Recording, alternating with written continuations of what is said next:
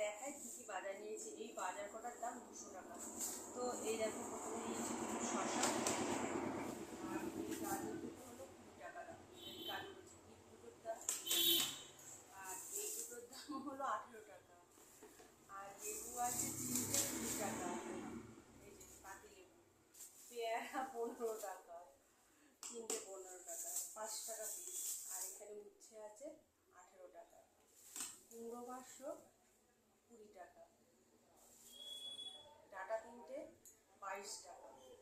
আর এই যে 5 টাকার, মাত্র 5 টাকা ধনে পাতা। দেখো, 3 থেকে 4টে ডাল, 4টে না 5টা, 5টা ডাল 5 টাকা। আর 1 কেজি আলু। আর বেগুন তো 100 টাকা কেজি। এই বেগুন দুটো নিয়েছি 20 টাকা দাম, 10 টাকা পিস। বুঝতেই পারছো, বাজারে সবজিতে আগুন ধরে গেছে, হাত দেওয়া যাচ্ছে না, কার্ডের শখ দিচ্ছে।